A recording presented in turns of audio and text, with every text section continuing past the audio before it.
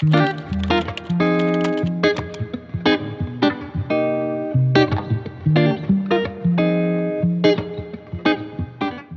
everyone, welcome back. We are resetting for May. I know I say this every month, everyone does. Like, how does time go by so quickly? Can't believe it's a new month.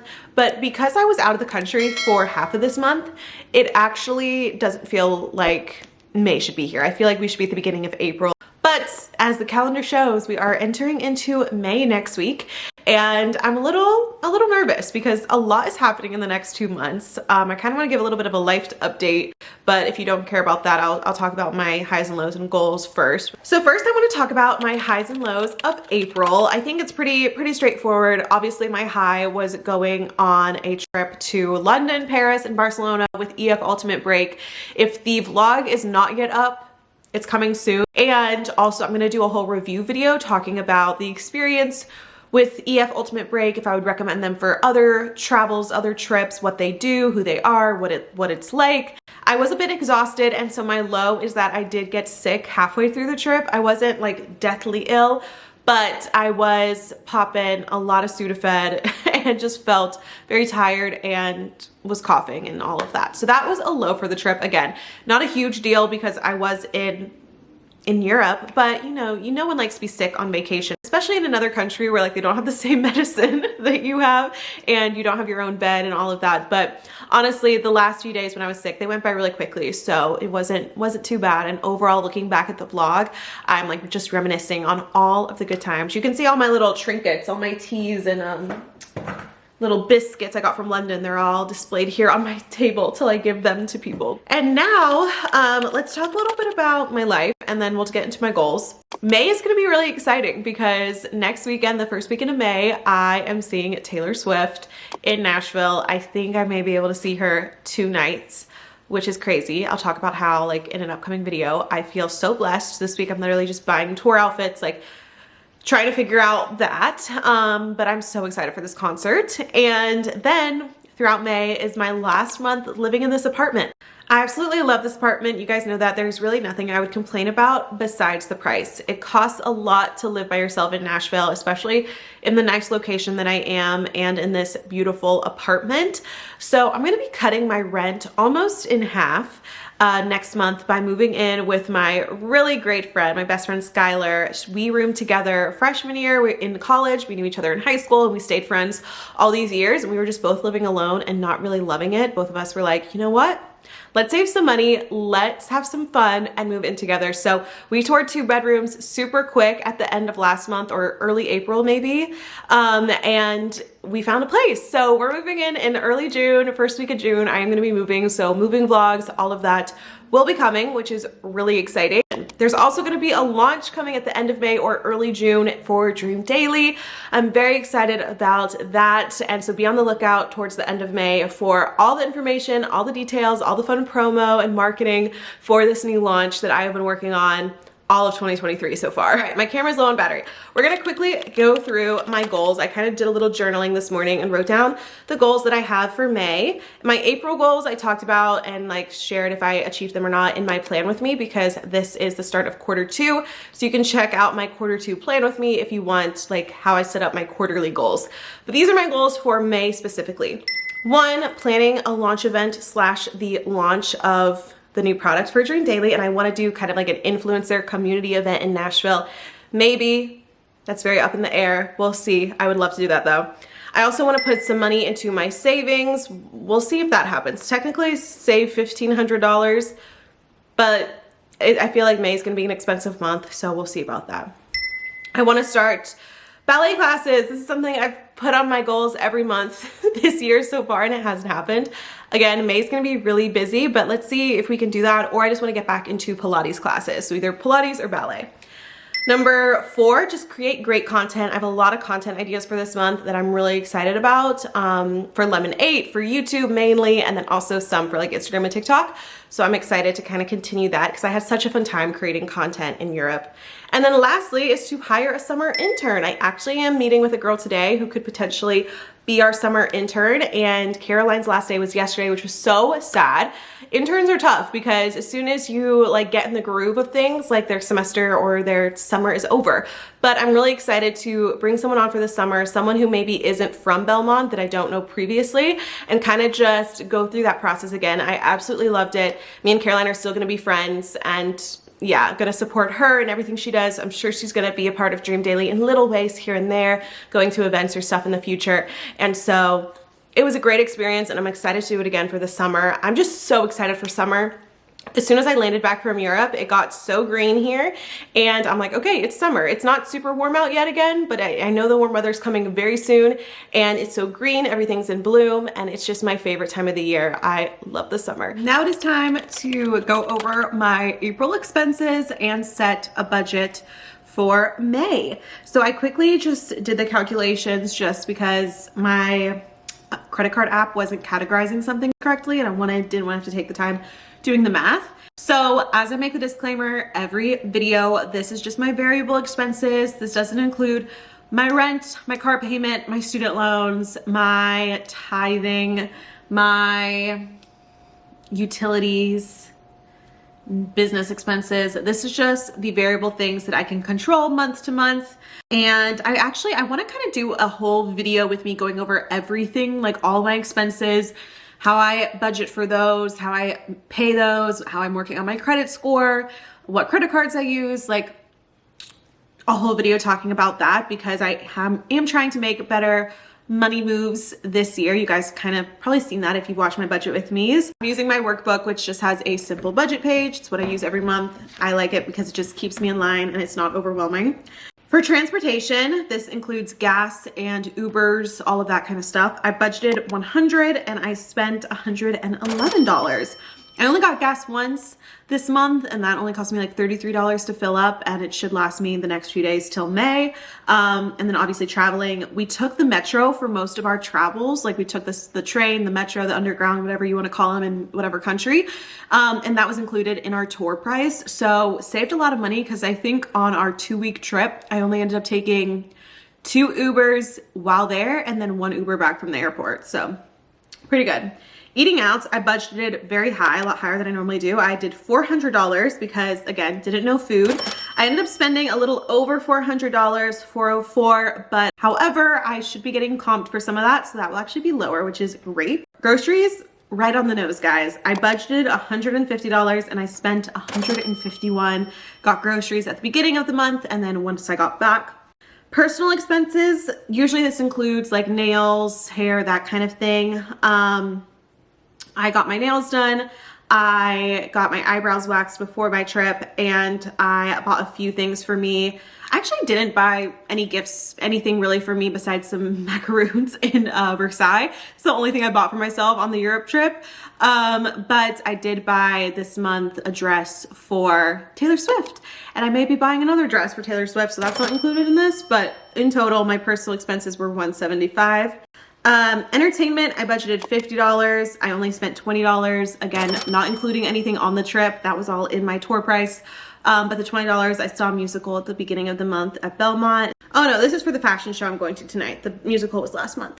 For shopping, I wrote this as like shopping on the trip. Like I said, I really only bought one little thing for me. I bought gifts for my family and for my boyfriend. I got him an FC Barcelona jersey. So I budgeted $200 for all of that, and I ended up spending $175 on souvenirs, things like that. My total budget that I was hoping to stay within was $900. That was very loose because I didn't know what it was going to cost. And my total spending for April is $1,036. So just about $100 over budget, which, like I said, for going to Europe, I feel like it's not that bad. Okay, so now we're gonna set up our budget for May. Transportation, I'm gonna budget $75 for like gas and Ubers. Eating out, I'm gonna try to be a little bit better about that this month. I'm gonna say $150. And then since I'm eating at home more, my groceries are gonna be more expensive. I'm gonna say $200. Personal, $75. Entertainment, I've already bought the Taylor Swift ticket, so that was in like November's budget.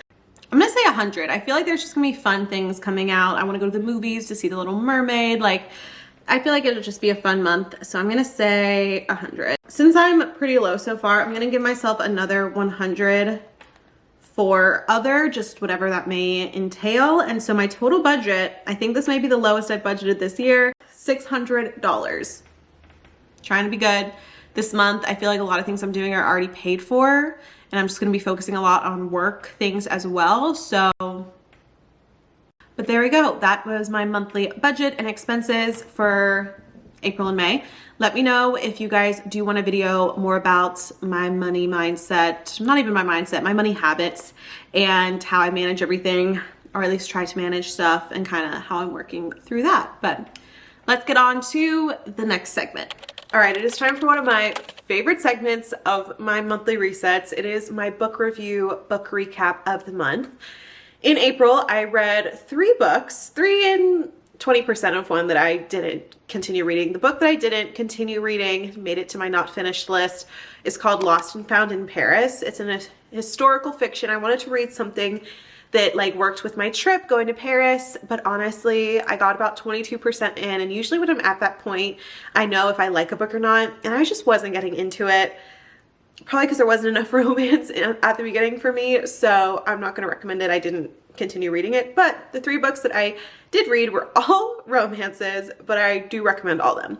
The first one was called Bringing Down the Duke. It's in A League of Extraordinary Women series. It's the first book by Evie Dunmore. I rated this book 3 stars. It is a romance historical fiction. And the reason I liked this book and the other book I read in this series this month is because, yes, they're romances, but I've read all the Bridgerton books, and these have a little bit more of a historical, like, civil rights aspect. So all the books are based on these suffragette women in this time period and in London. And so along with having the romance, it does have a lot of history about like civil rights movements, the suffragette movement. And so I like that it has a little bit more to it than just a romance trope. This book is an enemies to lovers / forbidden romance novel because the woman, she's from a lower station, and then obviously the love interest is a duke, and basically she's trying to persuade him to vote for the women's right movement, for the Equal Marital Act, I believe it's called, where women are no longer seen as men's property in the time. So that's like throughout this series what they're working towards. It has 335 pages. I gave it 3 stars, but I read another book in this series. I read Portrait of a Scotsman, which is actually book number 3. I skipped number 2 because it wasn't available on my Libby app, but I went to book number 3 in this series. And this one I rated a 4, and it seems like overall this book was rated a little bit higher on Goodreads. This one is about one of the friends in the friend group, also a suffragette. This one is kind of like a Beauty and the Beast-ish vibe. This was very much a slow burn, so I really liked that. It kept me hooked. I read this book while I was on my trip, so I wasn't able to read it super quickly till the flight back. But every night I read like at least a chapter-ish, and I was just wanting more. This book is also about 100 pages longer than that first one. It's 448 pages. This time, the woman is also from a wealthy family, even though she is a suffragette, and she gets put together with like this man who's a Scotsman who kind of like went from rags to riches and built himself up, but people don't really take him seriously, and he's kind of like a Robin Hood, stealing from the rich, giving to the poor. So it was really good. I really enjoyed this book, honestly. I don't really know much about what would give it a 5-star. I may even rate it a 4.5 because I really liked the character development. I really liked their relationship development. The main guy in it, he's not perfect. Sometimes with romance novels, I feel like they make the guy perfect and it's like very unrealistic. So I liked how we learn about his faults and you see him work through his faults, and it's just really good. And again, it has that civil justice history aspect. This also talks a lot about the coal mining at the time and how dangerous that was, the coal mining cities in Scotland, and gives you a lot of history about that too. So the third book I'm going to talk about is Mr. Wrong Number. This is the first book in the Mr. Wrong Number series by Lynn Painter. This is 350 pages. I read this book very quickly, like I think within a week. It was cute. I rated it 3 stars. Books to me that are like cute, like to read it. I enjoyed it. There was nothing bad about it. I usually rate them 3 stars. And if I rate something above 3 stars, then it's like, okay, I'm thinking about it after I read it, or it has some really great character development, or the storyline's more unique than a typical, book in its genre. So that's kind of how I do my ratings. This is a best friend's brother trope, so I know a lot of people love that trope. The girl, kind of her life falls apart at the beginning of the book. Everything goes up in flames, kind of literally, and she has to move in with her brother and her brother's roommate, which is her brother's best friend and her childhood crush. But she gets a text from the wrong number, and they start texting and flirting, and it turns out that wrong number is the best friend's brother. And so it kind of goes through the book of who's going to find out first and how that plays out, and it's cute. So definitely a cute read. Wasn't anything crazy, but I enjoyed it. Those are my books for April. May I'm probably gonna have a little more time to read than April, so I'm excited for that. I'm finally going to read the last Sarah J. Maas book I have, Kingdom of Ash. It's a very long book. I think it's like 600 or 700 pages, and I heard it's very emotional too. So that's gonna be my main book I'm tackling this month. But I also, of course, will probably read a few other rom-coms. I kind of want to read a beachy read. I've never read any Erin Hildebrand, so maybe I'll try her out as well. She's a very beachy author, so we'll see. But yeah, that's what I read this month and my thoughts. It is now time for my monthly favorite products, things that I absolutely loved this month that I would highly recommend. A lot of them are travel products, but I'm going to start with the ones that aren't travel. First up, the Rare Beauty, what are these called? Tinted lip oil. I got this like the day it came out because one, I've never tried a lip oil, and two, I just love everything Rare Beauty. I love their lip products. The first one I got was in Serenity. This is stunning. It's not the one I'm wearing. I'm wearing Joy, which my mom got for me. This is the only lip product I brought on my Europe trip. I like it because it's more of a stain, okay? I will say that. I've never had a lip oil, but what I've heard from my friends is it's not super moisturizing like a lot of lip oils are. It definitely gives you a little bit of a shine at the beginning, but then it acts more as a stain, but the stain lasts a really long time, and it's not a drying stain. So instead of calling it a lip oil, I would call it a moisturizing stain. And then my only other thing is the shades are very similar. You can see like these are kind of hard to even determine. This one's a little bit more orangey. This one's a little bit more pink, but so if you've been looking into this product, you probably only need one shade, but I do highly recommend them if you want a long-lasting lip color that's easy to put on. The applicator is very big and nice, just a doe foot applicator, and there does feel like there's a lot of product in here. Okay, so this is the bag I brought with me on my trip to Europe, the only bag I brought, and I bought it for the trip specifically because I needed something that was going to be big enough to hold my camera, hold products, hold my wallet, hold everything, and this definitely did the trick. It reminds me of the Baggu bags I've been seeing a lot, but that are sold out, and I don't know if Baggu has like a cream color like this. This one is actually from Aritzia though. It's from the brand Sunday Best that's sold at Aritzia.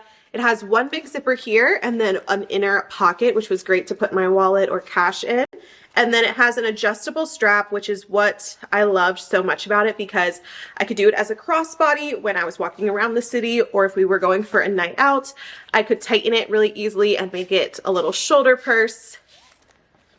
So it had many different options. I also like that it was a nylon material, so it's super easy to clean. I actually spilled some ice cream on it the last day, and then as soon as I got home, I just took a Tide pen and you can't even see the stain anymore. So highly recommend if you need a go-to bag that's just like versatile and easy to carry around. All right, so now onto some travel necessities. Two little things. This is the base over the seat airplane organizer. Absolutely love this. This was perfect for a long flight. It is magnetic here, so it closes up, and here I kept my Kindle and I kept a bunch of little necessities that I needed to access while in the plane, like gum, earplugs, my eye mask, and anything else. And this is a zippered pocket, and then it has a bunch of compartments over here that you can fill as well. You basically put this in the seat in front of you on a plane, or if there's no room, like on the way back we had extra leg room, which was nice, but there was no seat in front of me, so I just put it in my seat right here, like behind me, and it worked really well as that. Also, I liked getting it in this color because when it was in my backpack, I could easily find it and bring it out. It's the perfect organizer if you travel a lot, if you have long flights or even car rides. You could put this in, you know, the back little seat of a car. And yeah, it just was so handy. I absolutely love having it. This is from Amazon. This is a tech organizer that is super handy. I'm going to keep using it, not even for traveling, just for organizing all my tech stuff. It has so many compartments. I have a camera charger. I kept cords in here. I kept my chargers. I kept my SD card. They have bigger versions as well, but this is the smaller one, and it honestly fit a ton, and it's just super nice. I chose this bright blue color, not because I love the color, but because I wanted it to be easy to see if it's at the bottom of my suitcase or in a bag. Tech stuff is usually expensive and important, so I didn't want to lose this, so that's why I recommend getting a brighter color. If you have like a black bag that this is going into, it'll just make it easier to see. The last thing is my suitcase. Kind of hard to show you. I got a lot of questions because I did film a pack with me where I used this for the first time, and I got questions like, was it good for your trip? Was it too big to travel around Europe with? It's the smaller check-in luggage from Base, and I got it in their beige color. It's 26 inches tall, and honestly, I felt like it was the perfect size. I had just enough clothes, just enough shoes, just enough room for toiletries, but it also wasn't too big, and I'm shorter, so it is even bigger to me than it would be for someone who's taller than 5'3", but it wasn't too big or heavy for me to carry around from train to bus to plane on the streets. But the wheels were super smooth. I love that it has a built-in weight indicator, and the other thing I loved is the built-in TSA approved lock, because we were advised to always lock, you know, our passports, our valuables, my computer. When I left the hotel room, I would just put it all, throw it all in the suitcase, put the lock on, and I was good to go. I highly recommend getting a suitcase lock, whether it's built in or not. But yeah, I love the suitcase. I am so excited to use it again. The packing cubes, like my whole setup for packing, I really don't have any regrets, except I wish I brought a coat, but that doesn't have to do with the packing, like luggage setup. All of that, I absolutely loved my setup, no complaints. If you want to watch that pack with me video and just kind of see how I did everything, I will link it below, but it worked great for me for 11 days throughout Europe. All right, that is going to be it for this May reset. I cannot believe it is May. April seems like it didn't happen, but thank you guys so much for watching this. Let me know if you liked it. Check out the description box for links to anything. Let me know if there's any other segments you want shown, and I will see you guys in my next video. Bye.